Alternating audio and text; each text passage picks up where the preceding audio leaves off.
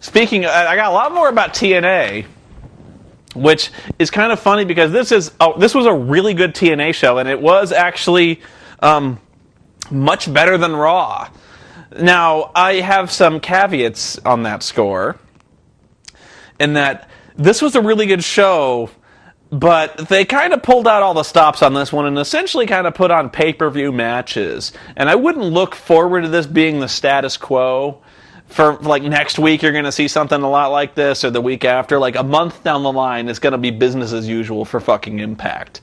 But they did pull out a lot of. They pulled out all the stops for this one and made this a real spectacle to watch. So it was good. I'm not saying it wasn't good. There were problems, but again, I'm going to explain to you why this isn't going to be good further down the line. Okay.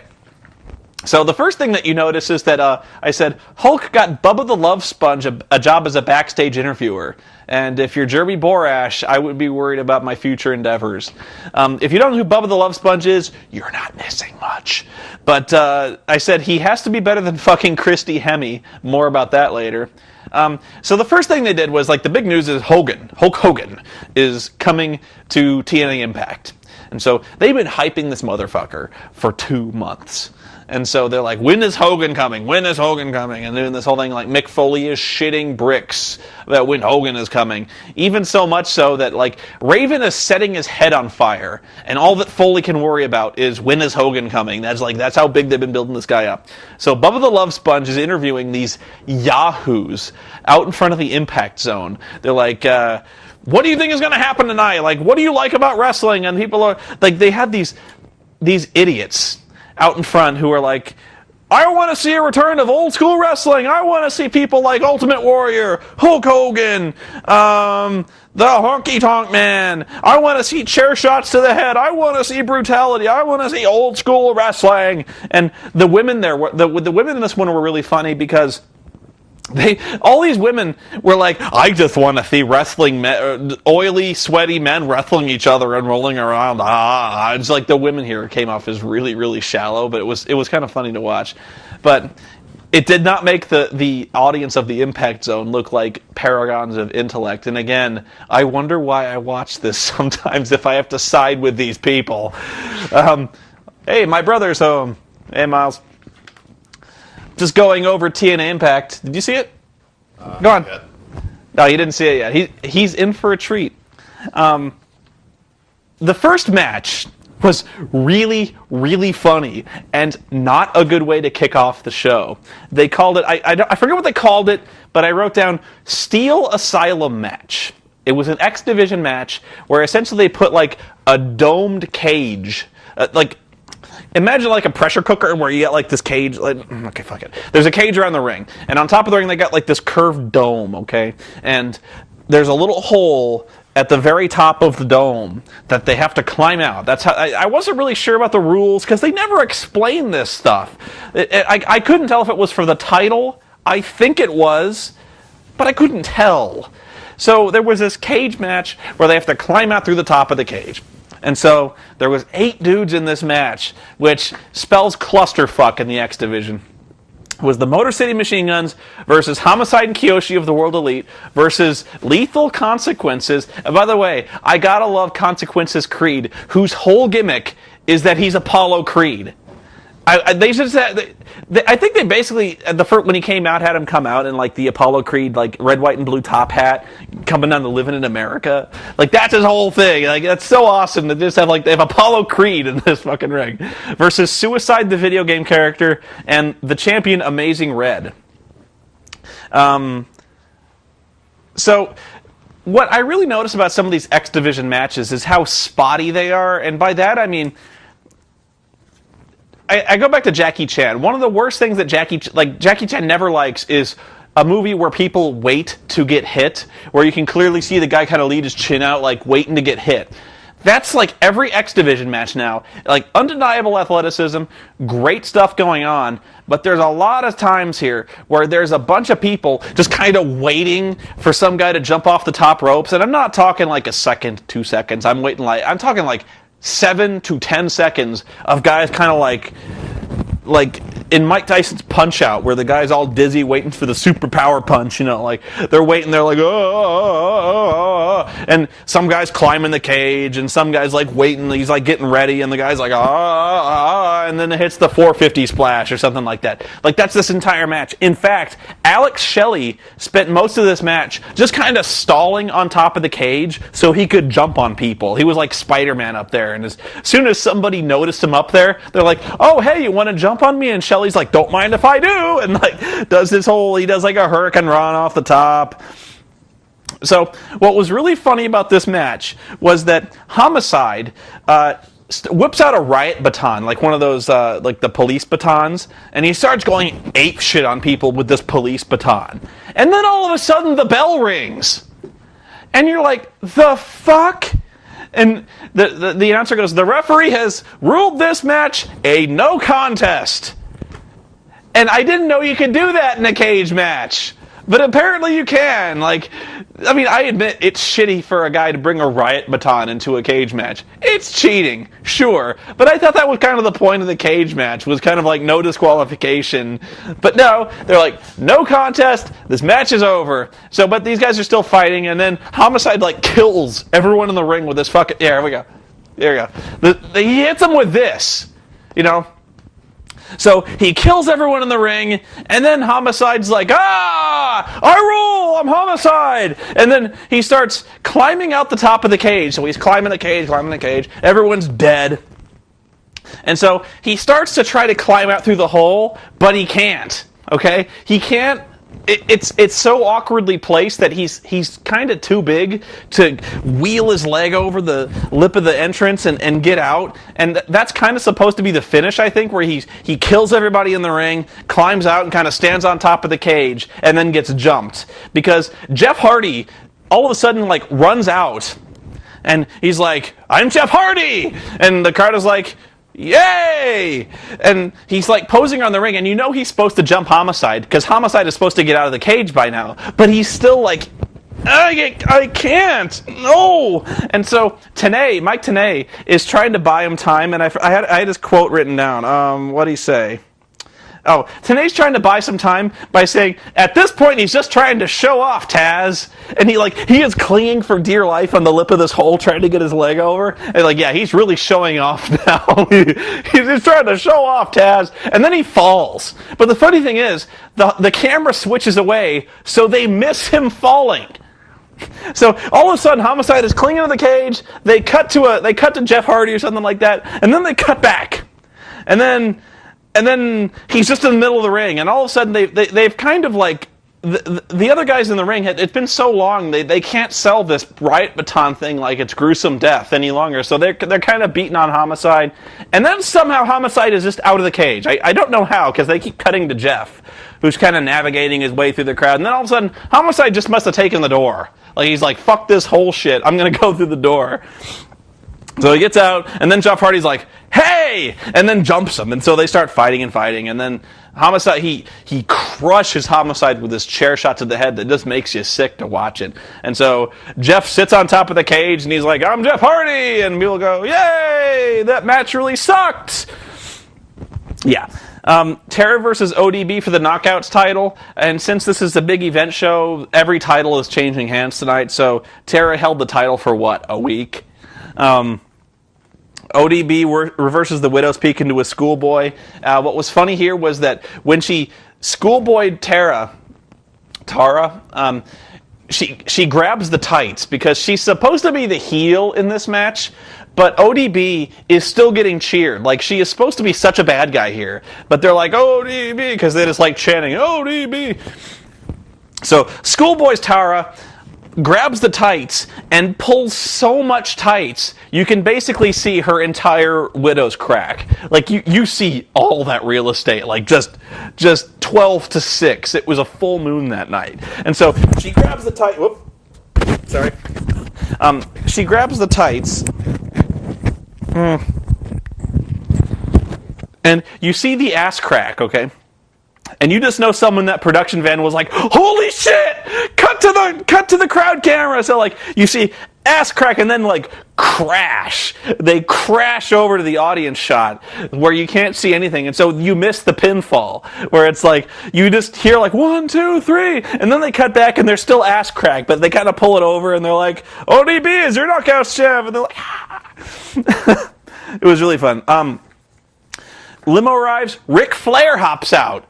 Ric Flair, which is probably the biggest debut of the night, gotta say. I didn't think they would really do anything with this, and sure enough, they really didn't.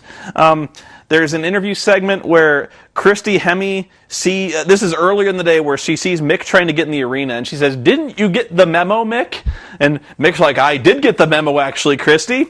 I've been barred from the building because I don't like Hulk Hogan. They think I might be disruptive." God forbid someone be disruptive on a wrestling show. Bobby Lashley and Crystal come to the ring. Crystal's his wife, and Crystal does all the talking in this thing, which is probably a good thing.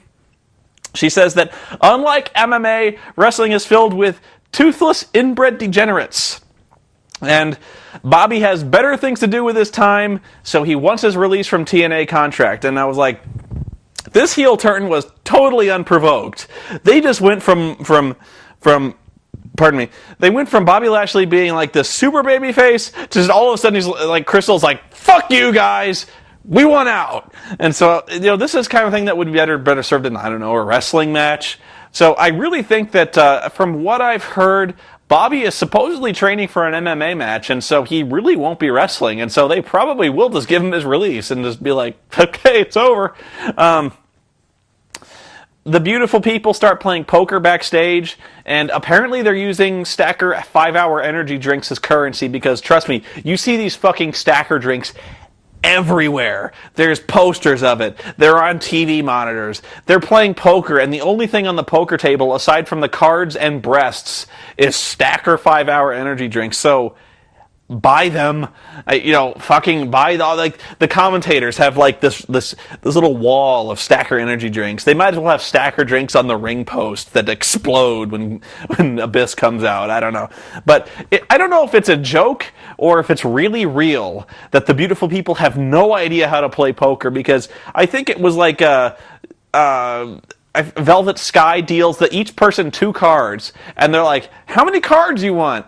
And one of them is like, "I want 2 cards." And then Lacey Von Erich is like, "I want 5. And so they're like, "You can't have 5 cards." And I was like, what game are we playing? So they say like the beautiful people are all about the ratings now, because they like, I think it was Kevin Nash explained to them like good ratings will mean more money for them. And so they do this thing where they're like, "We're going to play strip poker, and if you're good, like if you keep tuning back, we might show you boobies."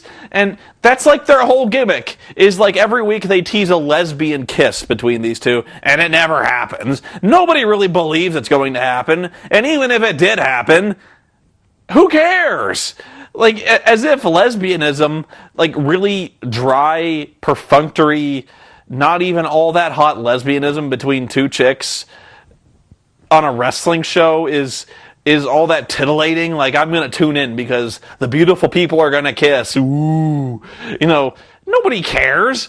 Like, it's not going to be like ratings are going to spike because there's a lesbian kiss. You know what? If I really need to see that, I'll YouTube to some bitch. And it's not like, do you really believe for a second they're going to show titties on this thing? No. Like, you're going to see bra and panties. Sure, that's nice. But again, you're not going to be like, I have to watch this show because someone might lose their top. I'm not stupid. And sure enough, nobody over the entire course of the evening lost a single article of clothing more. So it was either like the slowest, most non-eventful poker game in history of poker. I don't know. I'm sorry. And by the way, it cannot possibly stack up to the poker segment where Trish Stratus lost most of her clothes. That was hot. We'll go back to that. And so, this was the ratings right here. Was you see Scott Hall and X-Pac. They are seen fighting outside with security, trying to get into the Impact Zone. Oh, goody! Because if there's one thing the wrestling world and the Impact Zone was screaming for, It was X-Pac. Woo! Yeah, that's the blockbuster debut. It was like, fuck Ric Flair. We got Scott Hall and fucking X-Pac. Wow. X-Pac, who you might know from such killer classics as, what was it, One Night in China? The China porn video? Woo. And that was probably his best wrestling performance to date, because he actually got to see X-Pac wrestle a fucking grizzly bear. Whatever, So, what killed me here was not beyond fucking X-Pac, was like, this whole segment where you see them was 2 minutes long, and then they cut to a commercial break. 5 minutes of commercials later, you see Hall and X-Pac somehow got inside. This lasts about 45 seconds, and then cut to another 5 minutes of commercials. I was like, so Hogan comes out. The big moment. Hogan comes out, and he's coming back to NWO music, that it's kind of a lame facsimile of the NWO music, but whatever. He's even rocking the black and white colors, So he sees Hall and X-Pac, he's talking, and he's doing this thing where he's like, I'm so glad to be back here, brother. Gonna be big changes, and doing his brother thing. And so Hall and X-Pac just decide to jump the rail. And so security stops him. He's like, let my two brothers in, brother. And so they let him in. And Hall and X-Pac, Hall does his hey yo thing, which hasn't been good ever. And so you might be fired up to kind of see these two guys that used to be kind of watchable, except for X-Pac. And so you're like, this is just like WCW. And Hall is like, hey, this is just like WCW. He's like, you know what we could do? And they never actually say, like, let's bring back the NWO. But Hall is like, you're here, and Six-Pac is here, and I'm here, and I'm pretty sure I saw Big Sexy back there, and you know what that means. And Hogan's like, hold on, brother. That's not going to happen. Like, I know we had fun, we had seasons in the sun, but brother, I'm all about changes. And then Big Sexy comes out, and he's like, that's not what you were talking about on the phone, dude. You were talking about, the good old days coming back. And Hogan's like, he's like, I know what I said, brother, but it's all about changes, brother. And so Eric Bischoff comes out, and you're like, yay. So sure enough, the whole NWO gang is back in the ring. And so Bischoff starts doing most of the talking. And he says, hey, there's been a breakdown of communication, but from now on, everybody has to earn their place in this company. Nobody's going to be handed anything. There's not going to be any, main event mafias. There's not going to be any NWOs. Everybody from the janitor to the top, they've got to earn their place. And Kev surprisingly goes, I hear you. And he calls off the dogs, and the entire NWO group just kind of walks out. So they say everyone's going to be under a microscope. They start screaming for a producer. They tear up the show format, and they're like, we're going to start over. This was pretty good, but we're going to start over. So they pan over, and you see Sting in the rafters. Yes, Sting still hangs out in the catwalks. More on this in a bit, because this does get better. They have a knockout tag title match, and I am still amazed that there exists a women's tag team division, which actually says quite a lot about the depth of the TNA roster in a lot of ways, because you would not want to see this in fucking WWE. Can you imagine the Bellas being like a knockouts tag team? No! Seriously, there's like maybe 2 or 3 divas in the WWE who can kind of wrestle. There's Natalya, who is very good. There's I'm losing. It kind of shows you how bad it is when I can't remember anyone. Maurice is okay. It's just really bad, but it's actually kind of surprising that all 4 of these women were really, really good. It was Awesome Kong and Hamada versus Sarita and Taylor Wilde. Was pretty good. Then they cut to a backstage thing where the machine guns have been knocked out. That's kind of been a recurring thing this whole show. They keep cutting backstage where people have just been fucking killed backstage. So Kong and Hamada win with a Doomsday Device kind of thing where so they do like an Awesome Bomb and a missile drop kick, and it was really spotty here as well because Awesome Kong had to be kind of just so to hit this drop kick. And the only real story here was it kind of seemed like Hamada got hurt. Like she probably looked like she hurt her leg, which not a good sign, but Hamada is very impressive. Here's another thing. They go back to the strip poker where nothing has happened. Nobody has lost clothes or energy drinks or whatever. And then all of a sudden, hello, ladies. Val Venus comes in wearing a towel. And he's doing his whole, I'm a porn star thing. And one of them is like, hey, you're Val. And, Val Venus goes like, hey, whoa. That name, we're not using names here. I don't know what they're going to call me. But don't say that word. Don't say Val Venus or I'll just disappear in a lawsuit. And so he's like, if you want to get ratings by showing nudity, why not let me join in? And they're like, I don't know. Who the hell are you, you bald, muscular man?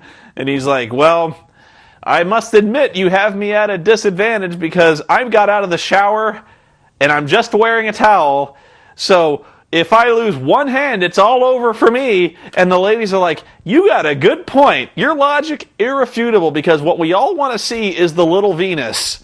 And I'm like, no. But what really struck me was that Val Venus, he comes to the Impact Zone. Okay. The first order of business is he's like, I need a shower.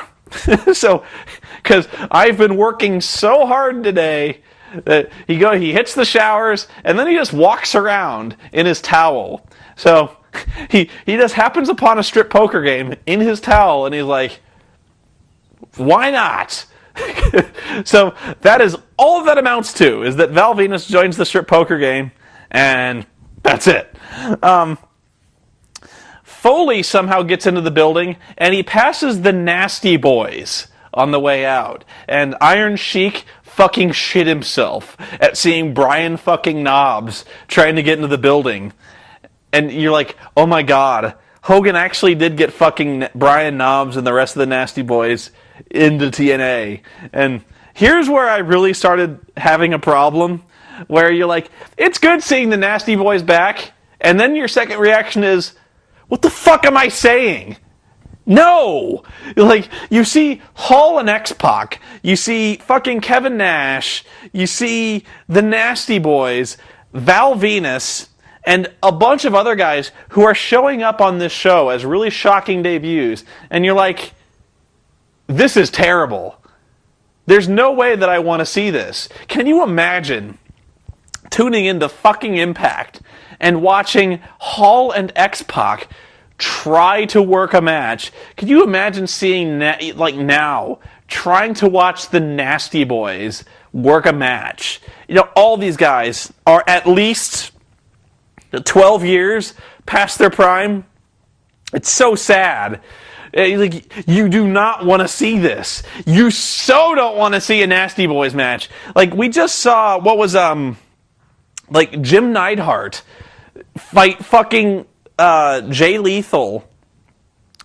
And it looks like, oh my god, you did not want to see that Jim Neidhart match.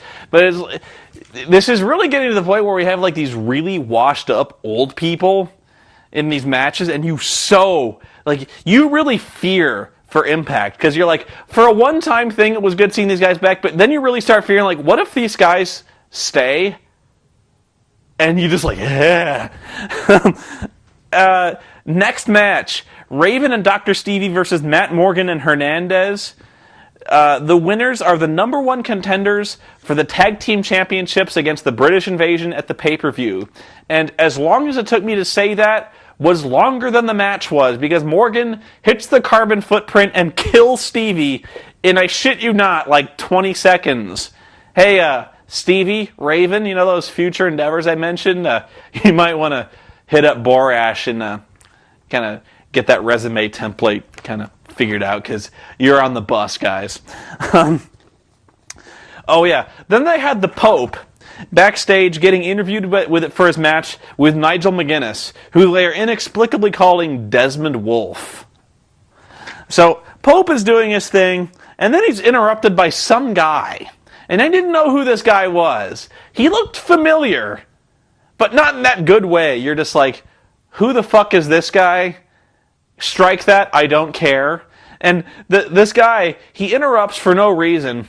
And he's like, good luck with your match. By the way, I'm holding a Stacker 5-hour energy drink. And he holds this 5-hour energy drink like directly in the camera the whole fucking time. So it was like front and center. And he's like just holding this thing. He's not drinking it. He's just holding it. And so he wishes the Pope luck. And the Pope says, if you interrupt my interview time again, I'm going to show you what a Danny Glover pimp slap I'm sorry Massa feels like. And so I was like, who the fuck was that? And so they, like, Taz, thank God, is like, that was Orlando Jordan. And I'm like, oh. So? Orlando Jordan. Woo! You might as well have had Virgil come on screen and be like, that was Virgil! And it's like, yay!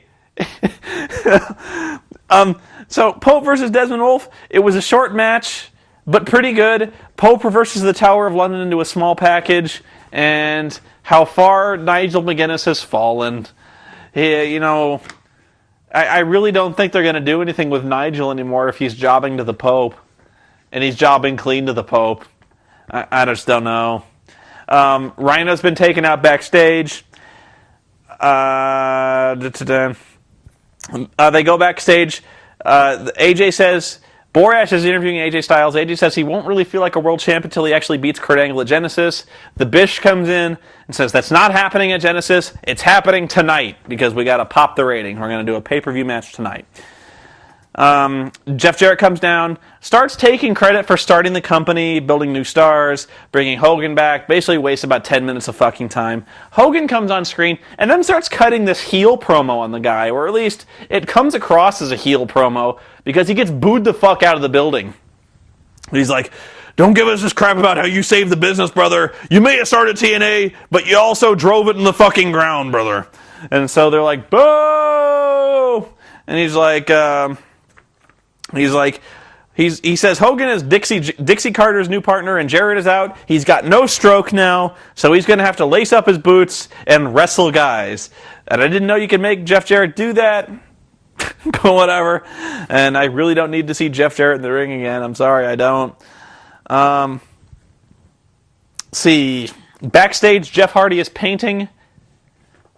I don't get it either, but this does pay off because later in the night, Jeff Hardy and Shannon Moore leave the arena holding like golden envelopes saying like, we finally got what we wanted. We've made it, dude, and we don't know what's in the envelopes, but you're kind of thinking it's a contract. And you're like, and so Jeff is like, yeah, we'll see because I might be going to jail pretty soon. He doesn't say that jail part, but he might be going to jail soon. So then all of a sudden, 3 shrieking teenage girls come back and they're like, we love you, Jeff Hardy! Can we have your autograph? So somehow these 3 teenage girls penetrated the Impact Zone's impossible security, which I guess is not too hard because everyone is penetrating the Impact Zone lately, from Mick Foley to the Nasty Boys to fucking X-Pac. So, what's 3 teenage girls? And so Jeff Hardy's like, here, girls, I got better than an autograph. Have my shitty painting. And so they're like, and they run off, and you're like, that was weird. So, Chris Abyss versus Samoa Joe. I'm fairly sure this was announced as a barbed wire match, and now it's not anymore. Because it was originally Chris Abyss versus Rhino, but Rhino got killed backstage, and so now it's Samoa Joe. So Joe cheats with a chair shot. Abyss taps out to the choke. Big deal. What really drew my attention during this match is they shilled, in the middle of the match, Hulk Hogan TNA trading cards with Dixie Carter on them for $39.99 on the TNA website. And I was just like, it's going on my wish list. You missed out, guys. You could have put this just in time for the holiday season, the perfect stocking stuffer, the Hulk Hogan Dixie Carter Impact trading cards. Woo! Crystal tracks down the Bish and demands to see Hogan so that Bobby Lashley can get his release. The Bish tells her to get in line and check the attitude. And Crystal says, "You are messing with powers you cannot begin to understand, my man. Because Bobby Lashley is the biggest star that TNA has ever had." And I'm like, yeah. And he's asking for an early release from his contract. So why should we give it to you? And so that was where the segment kind of petered out. Bish was like, yeah, fuck you. And so she goes. The Nasty Boys break into Team 3D's locker room and start trashing it. I hate calling them Team 3D because they're the Dudley Boys. The Dudley Boys are not there because they're in Japan dropping the IWGP Tag Team titles. I know, you don't care. The funny part of this was the security guard who initially locked the Nasty Boys out comes back in as they're trashing the room, apologizes, says he didn't know they were so close to Hogan, and as a peace offering, brought them a box of donuts. The Nasty Boys pimp-slapped the box of donuts away and said, "Fuck your donuts, we want pizza and wings." So they start trashing the room, demanding pizza, and then on their way out they're like, "Fuck your donuts," and they pick up the donuts and start eating them anyway. It's like, this is so bizarre, but it's still better than DX and the Midget. Please don't make them wrestle.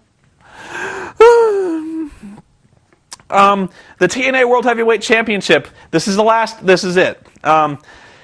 So they put on a pay-per-view quality match, was very good, and I hate to complain about a match this good, but I will. During the match, some masked weirdo... Oh, I'm sorry, let me back up a little bit. So, Bubba the Love Sponge, before this match, finds that beer money has been laid out backstage. And so, it kind of occurred to me that Bubba the Love Sponge has discovered, he just stumbled upon about 3 whole tag teams who have been destroyed backstage, and he's starting to look kind of like a suspicious likely suspect. Maybe Bubba the Love Sponge is tougher than we expected. But no, during the World Heavyweight Championship match, some dude in covered head to toe in black in a ski mask attacks AJ, but Angle throws him out of the ring. Angle's like, "Get the fuck out, I want this match to be legit." So they throw the masked man out, security chases him away, and so they restart the match. It's not a DQ. He helps AJ up, and we're like, we're going to do this, man. We're going to do this legit. And so in WWE, they're throwing the match out, but they're like, the refereeing in TNA is kind of bizarre sometimes. So they're like as illustrated in the Steel Asylum match, but they're like, fuck it, we'll keep going. It wasn't really that bad, so we'll keep going. So during this match, the Impact crowd, which increasingly pisses me off, starts chanting, "Who needs Brett?" Weird chant, guys. Who started that? Who needs Brett? You do. You wish you had Brett. I don't know. Also during the match, Ric Flair comes out to watch, and he stands on the stage, kind of does this thing where he's watching, really takes away from the match, actually, because everyone looks over and they're like, that's Ric Flair. And so they're watching fucking Ric, and they're not watching the really awesome match going on. And then Ric just kind of leaves. He doesn't leave after the match. He leaves before the hot finish. He stands out there for 3-4 minutes, and then he's like, "I've seen enough. Woo!" And then he leaves. And the crowd is like, Ric's leaving. And they're still watching Ric, and they're not watching the match. And then Ric leaves, and they keep kind of watching the aisle because, is Ric coming back? Is the masked man coming back? You're kind of distracting the audience from a really good match. And so I really thought it kind of detracted from the match to have Ric Flair come out, do nothing except distract people, and then leave. So Ric Flair didn't really amount to anything. I'm guessing he'll come back. And so here's where I complain about a really good match. In a pay-per-view match, you tend to have people kick out of each other's finishers. Probably the best match that I remember seeing on pay-per-view like that was Rock versus Austin, where they actually did the very rare and hard to pull off double face turn and heel turn, where the heel becomes face and the face becomes heel, where Austin and Rock kind of switch places, where it turns out that Austin was with the McMahon all the time. They did this thing where they kicked out of each other's finishers. So, like, Austin hits the stunner, Rock kicks out. Austin hits the rock bottom, Rock kicks out. And then Rock does the same thing where he hits his finisher and then hits. So they kicked out of, like, every permutation of the finisher. And so they started doing things so they had to kind of double up on finishers. They did this thing where they each kicked out of each other's finishers. Then they kicked out of everyone's super finishers where, like, Angle hit the Olympic slam off the top rope and AJ kicks out. And they're like, oh my God, this is the greatest match I've ever seen in my life. And so Styles he hits the Styles Clash, doesn't get it. Hits the Styles Clash again, doesn't get it. Angle eats 3 Styles Clashes and the springboard 450 splash, finally stays down. And I was like, you can put a guy a little too over when you have the guy kick out of like 3 Styles Clashes. That's a bit much. So, I don't know. I was like, you made the guy, you're kind of testing the audience with these near falls where you're like, you can kind of have a guy kick out of a Styles Clash. 2, you're like, oh my God. But, the crowd is going to start calling bullshit on you eventually. So, the masked dude didn't really pay off at all. But in a way, that's kind of good. I'm kind of tired of angles immediately kind of paying off, where you're like, you kind of expect a long-term thing nowadays, and you don't get it. Here's where my PVR cut off. So I got kind of mad, but I looked online, found some video clips, and so what happened after the title match was Foley finally gets into Hogan's office. And he sees Bischoff sitting in Foley's old chair. And Bischoff says, you are no longer the executive shareholder, and just like everyone else, you've got to earn your place, Mick, so you got to lace up your wrestling boots and fight for your job. And how the hell does that work? I didn't know you could just do that to an executive shareholder of a company. Like, there's economics at play here. I think Foley might have been privy to this kind of information if somebody all of a sudden became the executive shareholder. I didn't know you could just kind of say, like, you're not anymore, ha! And I didn't know you could make a shareholder wrestle. And I know I'm complaining about people being forced to wrestle on a wrestling program, but one, Mick Foley doesn't really need to wrestle anymore. I don't need to see it. And 2, I didn't know you could make an executive shareholder wrestle. It just seems weird. It'd be like, Dixie Carter, you're no longer president of TNA, and you got to wrestle to fit in just like everybody else. And Dixie's like, all right. It just kind of seems weird to me how like anyone, anywhere can wrestle. WWE is the same thing too. I remember when CM Punk had a problem with the referee Scott Armstrong, and hang on a second. So they had sorry, I had to check my microphone. Scott Armstrong, they're like, you've got to wrestle. And Scott's like, why? And they're like, because you'll lose your job if you don't. And Scott's like, I don't really think you can make me wrestle. But they're like, yeah, we can. So they made a referee wrestle. Apparently in wrestling, anyone who's in the building, fair game. That's wrestling logic for you sometimes. But Foley says he promised himself a long time ago that he would never work for Eric Bischoff again, and if he's going to be fired anyway, you might as well give him a reason. So he kind of tools up his fist to punch him, and then Nash, Hall, and X-Pac come in, lay him out, and then Hogan comes in, he's like, oh, no. And so that's how it faded out. So, let's see. The final notes I had was it was fun seeing all the old characters return, but believe me, you do not want to see any of these old cripple fuckers in the ring again. Do you really think X-Pac and Hall can still go? Jesus Christ. Those were my last words on that one. Yeah. So, how to sum up the wrestling? I found Raw to be very boring. I found it to be very anticlimactic. I thought Bret Hart's return, for the moment at least, was wasted.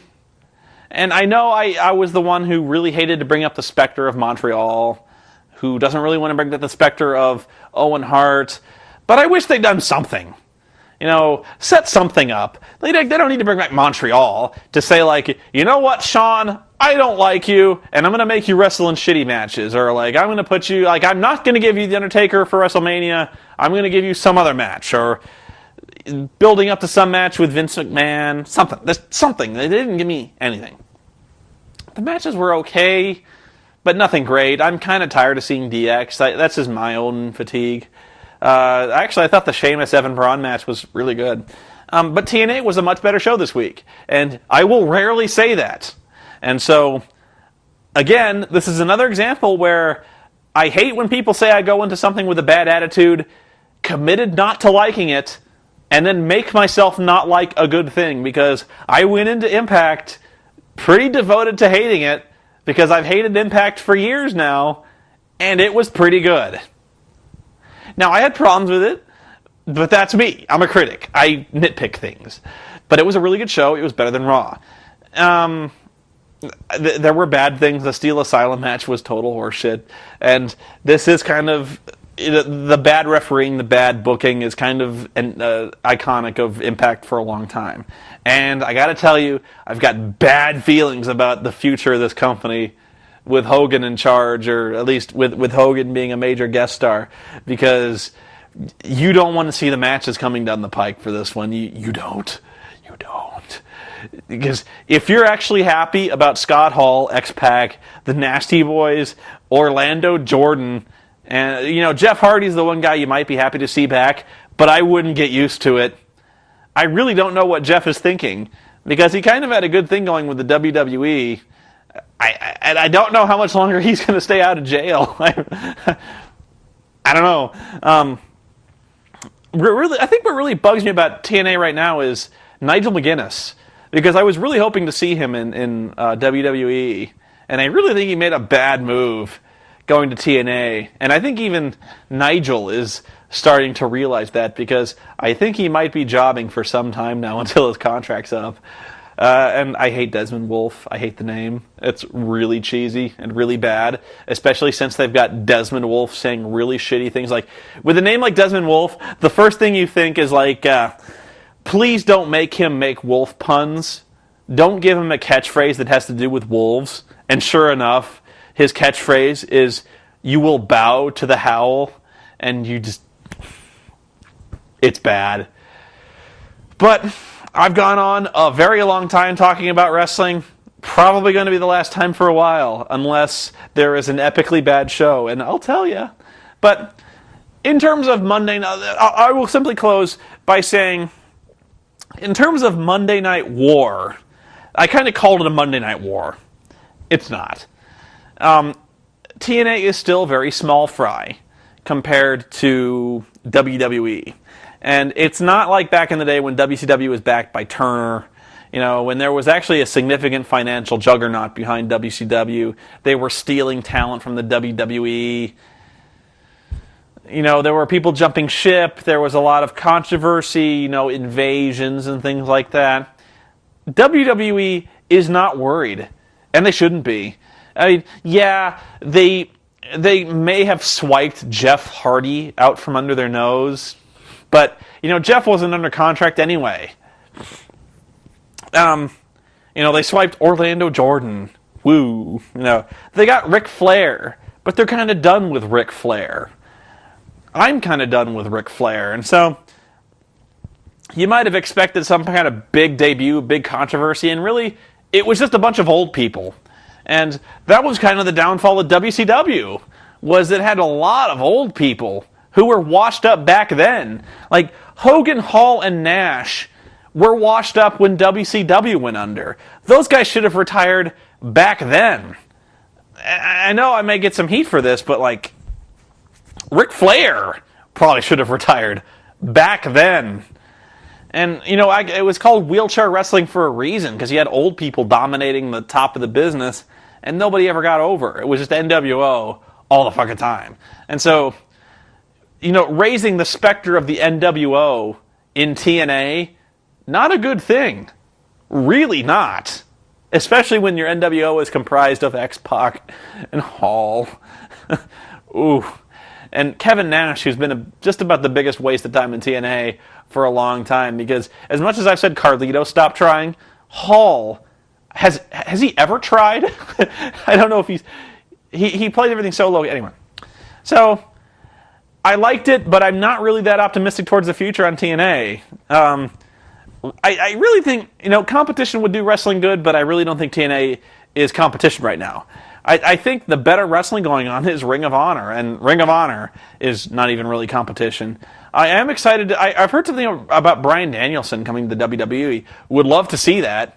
I hope it's soon, because they need new stars. They need better talent, because the WWE's big problem right now is that you've seen the same old shit for, 5 years more? Where it's been dominated by Triple H, John Cena, Randy Orton, and The Undertaker. Batista.